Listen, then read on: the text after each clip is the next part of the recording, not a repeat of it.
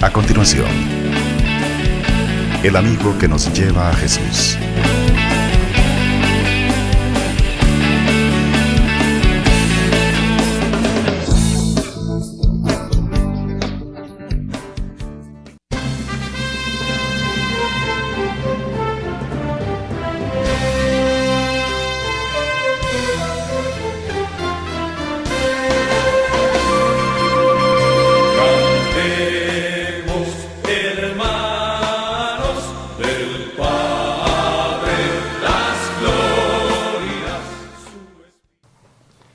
Gracias al canal Jesús TV por darnos este espacio a los exalumnos de Don Bosco para transmitir nuestro programa de la serie El amigo que nos lleva a Jesús.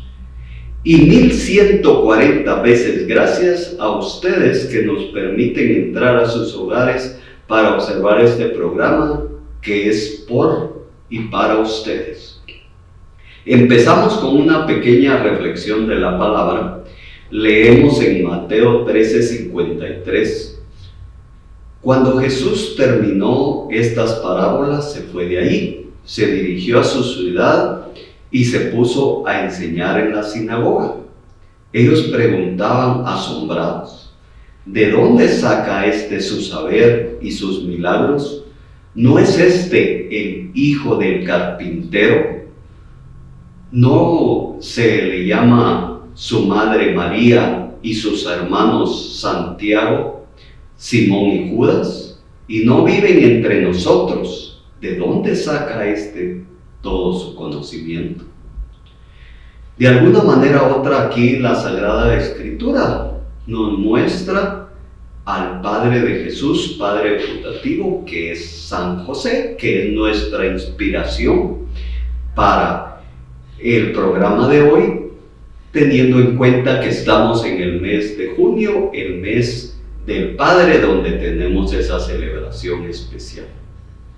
La frase de Don Bosco que traemos hoy, también muy acorde a lo que debe ser un papá, y nos dice: la dulzura en el hablar, en el obrar y en el reprender lo gana todo y a todos. Hoy tenemos un programa muy especial: ser padre con el ejemplo y a semejanza de San José. Nuestro invitado especial, alguien de la casa, tenemos al licenciado Carlos Flores Sequeira, exalumno de la 35 promoción de bachilleres, administrador de empresas, especializado en mercadeo, miembro activo de la comunidad salesiana, un padre ejemplar. Actualmente es el presidente de la organización El País de los Jóvenes y la iniciativa No Más Historias de Abuso. Buenas tardes, Carlitos. Gracias por participar. No, la verdad que gracias por la invitación, un honor formar parte de estos invitados que tenés en un programa tan importante, donde se lleva un mensaje de la vida de Don Bosco, de esa familia salesiana, y obviamente que repercute en toda la sociedad el trabajo que ha hecho este glorioso santo. Excelente. La primera pregunta, antes de entrar de lleno al programa, siempre se la hago a mis invitados. Quiero que nos cuentes qué te dejó a ti el ser exalumno del Don Bosco, el haberte graduado de nuestro querido colegio Don Bosco. La verdad que creo que lo que voy a expresar en todas estas entrevistas que me han hecho, pues en todo este proceso, creo que vas a ser la persona más cercana a mi infancia y adolescencia, porque estudiamos juntos, y estudiar en el colegio a mí me marcó la vida. Creo que como a todos nos marcan de una manera tan especial, el conocer la vida de San Juan Bosco, el conocer el amor hacia la Virgen Santísima María Auxiliadora, el entender esa filosofía salesiana de cómo poder apoyar a la niñez y juventud. Te puedo decir que para mí es un todo en mi vida, porque el hecho mismo de entender hoy lo que antes, tal vez nosotros a los 12, 13 años y todo nuestro recorrido de adolescencia, el ir a la misa, el estar presente frente a la Virgen, el celebrar el 24 de mayo a la Virgen María Auxiliadora, pareciera que uno como joven lo ve, es decir, otra actividad más, que alegre y todo esto, pero creo que son esas semillitas que le van dejando a uno en su corazón de una manera tan especial. En mi caso, fuimos también un grupo del colegio en esa época, elegidos para hacer la primera promoción de cooperadores salesianos. Tuve esa dicha de preparación también.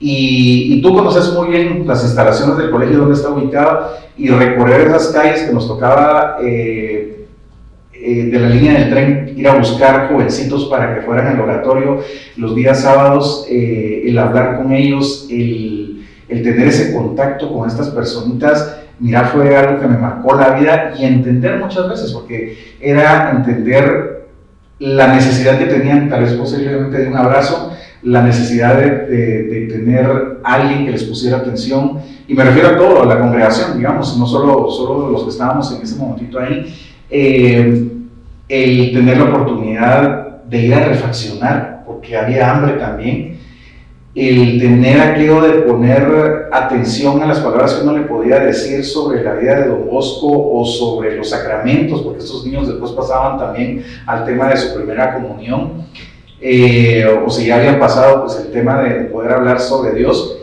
y sobre la Virgen. Y algo muy especial que me marcó mucho, Roberto, fue el tema de escuchar a veces también el dolor de estos niños, en cuanto a acercarse a uno y tener la confianza en algún momentito de decir, mira, me están haciendo esto en casa.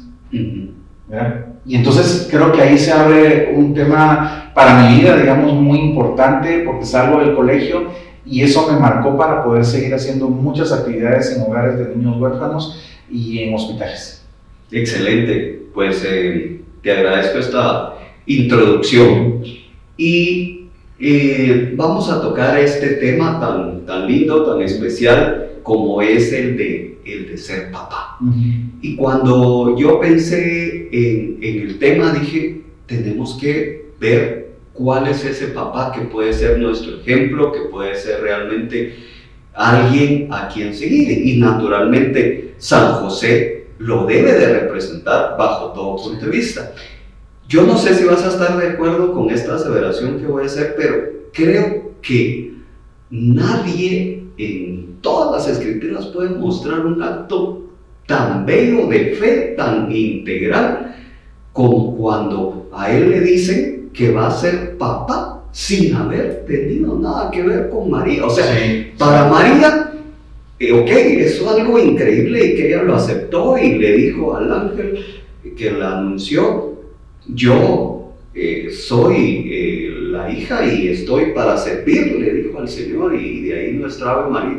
Pero para San José, que de alguna manera, y vamos aquí a ponerlo en contexto, si a ti o a mí nos dice o nos hubiera dicho hace 20 años una patoja o 30, mira, vamos a ser papás, pero si hasta hoy te estoy conociendo, o sea, te aseguro que en ese momento uno le dice, mira, tú estás loca y no te quiero volver a ver. No, pero es que esto es algo espiritual. ¿Qué vamos a andar creyendo? O sea, entonces por eso me parece un acto realmente especial. ¿Qué podemos hablar al respecto? Mira, realmente es impresionante cuando uno en la vida va entendiendo, digamos, no solo la figura de María, en tomar esa digamos, aceptar lo que le estaba diciendo en ese momento el Espíritu Santo, Dios, en esa encomendación tan importante de ser madre de su hijo. Pero la figura paterna de un hombre carpintero, sencillo, que también toma de corazón ese momento y que tal vez es cierto, no aparece mucho, digamos, dentro de todo el contexto que uno sabe, pero sí fue alguien importante en la vida de Jesús. Súper importante, era su padre. Entonces imaginémonos, y creo que aquí viene también el tema de fe, de imaginarnos cómo era esa relación de ese hogar, del amor que podía trasladarle ese padre a su hijo. Y yo siempre hay una frase que digo, porque me ha tocado, digamos, en algunos momentitos de la vida, tener la oportunidad de fungir como papá de alguien que tiene esa necesidad porque su papá no está, porque falleció por muchas razones. Y entonces entiendo que también la sangre no es solo el único vínculo que puede unir a dos personas, como papá y como hijo, ¿verdad? Y entender esa parte de San José, que lo adoptó con amor y lo abrazó como hijo. Creo que ese es el ejemplo más grande que uno puede tener, porque ahí es donde uno ve esa obediencia, ve esa parte tan importante de poder tender una mano de repente a niños jóvenes, ¿verdad? Una persona que lo necesita en ese momento, sin estar diciendo, no, es que como no es mi hijo yo no le puedo dar de comer, es que como no es mi hijo, entonces yo no le puedo dar un abrazo, entonces como no es mi hijo yo no le puedo ayudar a salir adelante o dar un consejo. Entonces creo que ese es un ejemplo maravilloso de lo que uno puede ser con el ejemplo de San José en la vida.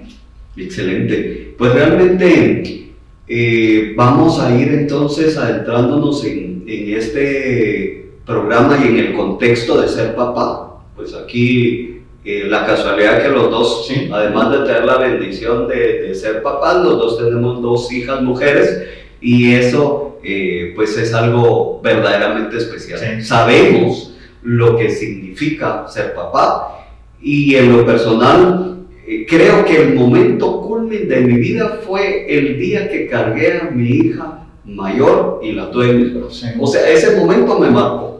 Me marcó, y posiblemente sea la mayor marca que llevo, y ya son varios añitos de eso. Y el vivirlo, cada día, cada instante, cada situación, pues es lo que verdaderamente nos da el papel de ser padres. Así es.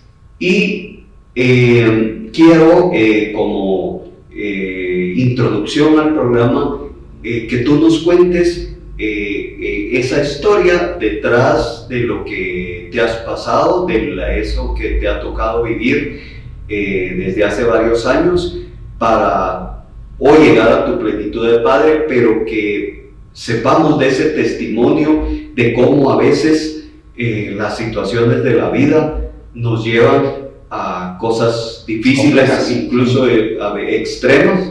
Te agradezco la confianza de compartir con nuestros televidentes esto que nos vas a narrar, y cuéntanos cuándo empieza, cómo es ese proceso que nos quieres hoy compartir. Pues mira, José Héctor, realmente, como lo dices, el tener en los brazos a un hijo es algo que te cambia la vida, ¿verdad? Digamos, la oportunidad de tener en mis brazos a mis 2 hijas en su momento de nacer y entregar todo ese amor, para mí siempre ha sido importante.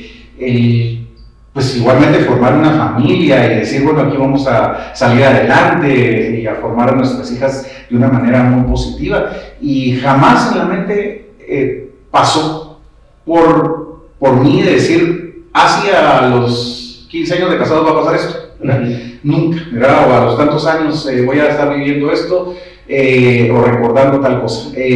Fíjense que esto todo comienza, pues un matrimonio estable, donde participábamos en muchas actividades de la iglesia, íbamos a misa, o sea, un matrimonio que se podría decir normal. Pero la normalidad se acaba en el 2016 aproximadamente, cuando empiezo a ver a mis hijas cambiadas emocionalmente. Ahí tenían 7 y 8 años, y realmente era una cuestión que me sorprendía, y que sorprendió también al colegio donde estaban. O sea, las maestras y monjas donde estaban me decían, mira, algo está pasando. Cabe mencionar que, digamos, la relación con mis hijas, nunca he sido un padre ausente, al contrario, era de estar siempre con ellas, de estar en mi hogar, de participar, de saber qué era lo que estaba pasando en un colegio, de participar en actividades del colegio, y eso me permitía entender qué era lo que le pasaba a cada minuto a mis hijas. Pero surgió algo que era como un momento de un antes y después, donde las demás cambian. Y empiezo a notar esto en un cambio también hacia la persona, pues que en general uno debe tener el 100% de confianza, porque obviamente también eran sus hijas. Y empieza esto a cambiar, y a entender y tratando de poder explorar qué era lo que estaba pasando, porque el cambio de ella también fue abrupto, y un proceso que a mí me fue dando, digamos, señales de que algo estaba pasando. Mis hijas igualmente estaban en el psicólogo y cada vez era más y más la parte emocional fuerte y debilitada que estaba pasando en ellas. Y entonces yo les decía, yo veo esto, pero algunos psicólogos decían, no, es que usted le tiene que hacer caso a la mamá de las niñas porque ella es la mamá y tiene que, y ella es la que sabe qué es lo que está pasando. No, le decía yo, déjeme expresar lo que yo estoy viendo, porque no solo lo veo yo, sino también el colegio. La cosa es que entonces esta persona le empieza a echar la culpa al centro educativo, ¿verdad? Diciendo que ellos éramos culpables, las cambiamos de colegio, y a los 15 días del nuevo colegio, las nuevas maestras resultaron siendo las culpables también, cosa que pues no era así.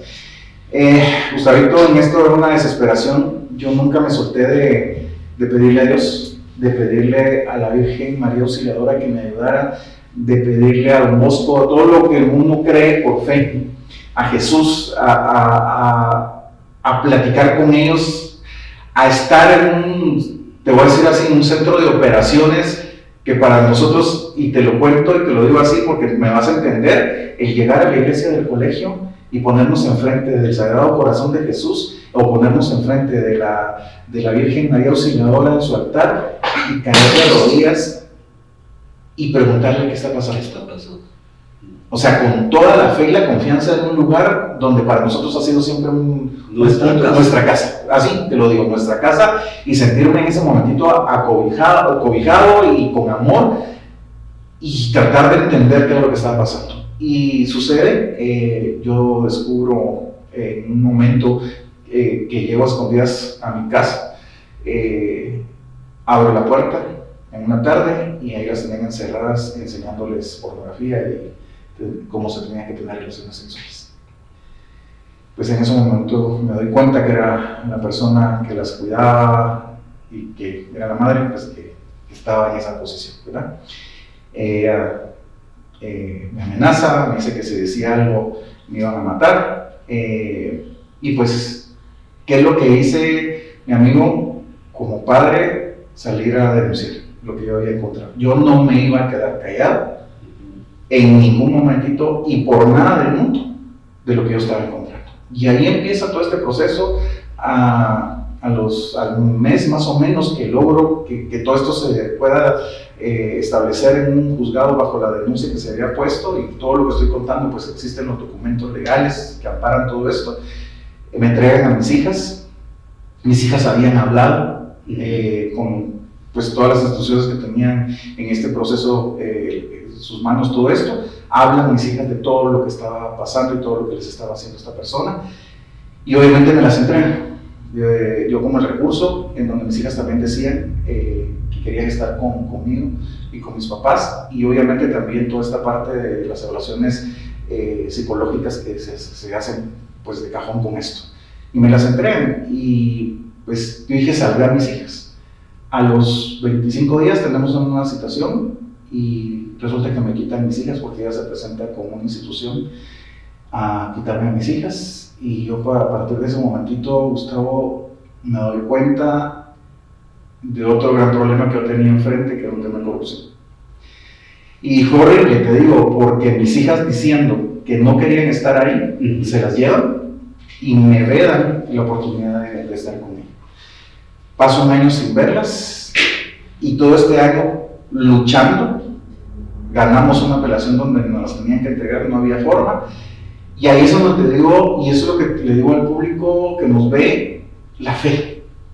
A pesar de las lágrimas, a pesar del dolor que yo tenía, de toda la familia en ese dolor, de tanto amigo que se unieron en oración, y te puedo decir que aquí no había una distinción en cuanto a religión, era todo el mundo que me conocía y que conocía el caso, rezándole a Dios que existiera un milagro. Nunca solté mi rosario y le decía a la Virgen, tú eres madre, tú sabes lo que es ver sufrir a un hijo, ayúdame, ¿verdad? Y ese momentito, mira, pasa un año Y el 9 de junio del 2017 me llama mi abogada diciéndome que nos estaban bloqueando por todos lados. Y yo seguía con aquella fe diciéndole, por favor. Y esos me hablaron en la mañana, en la tarde a las 2:30, me llama mi hermana pegando gritos que había encontrado a mi chiquita de 9 años en la calle pidiendo auxilio.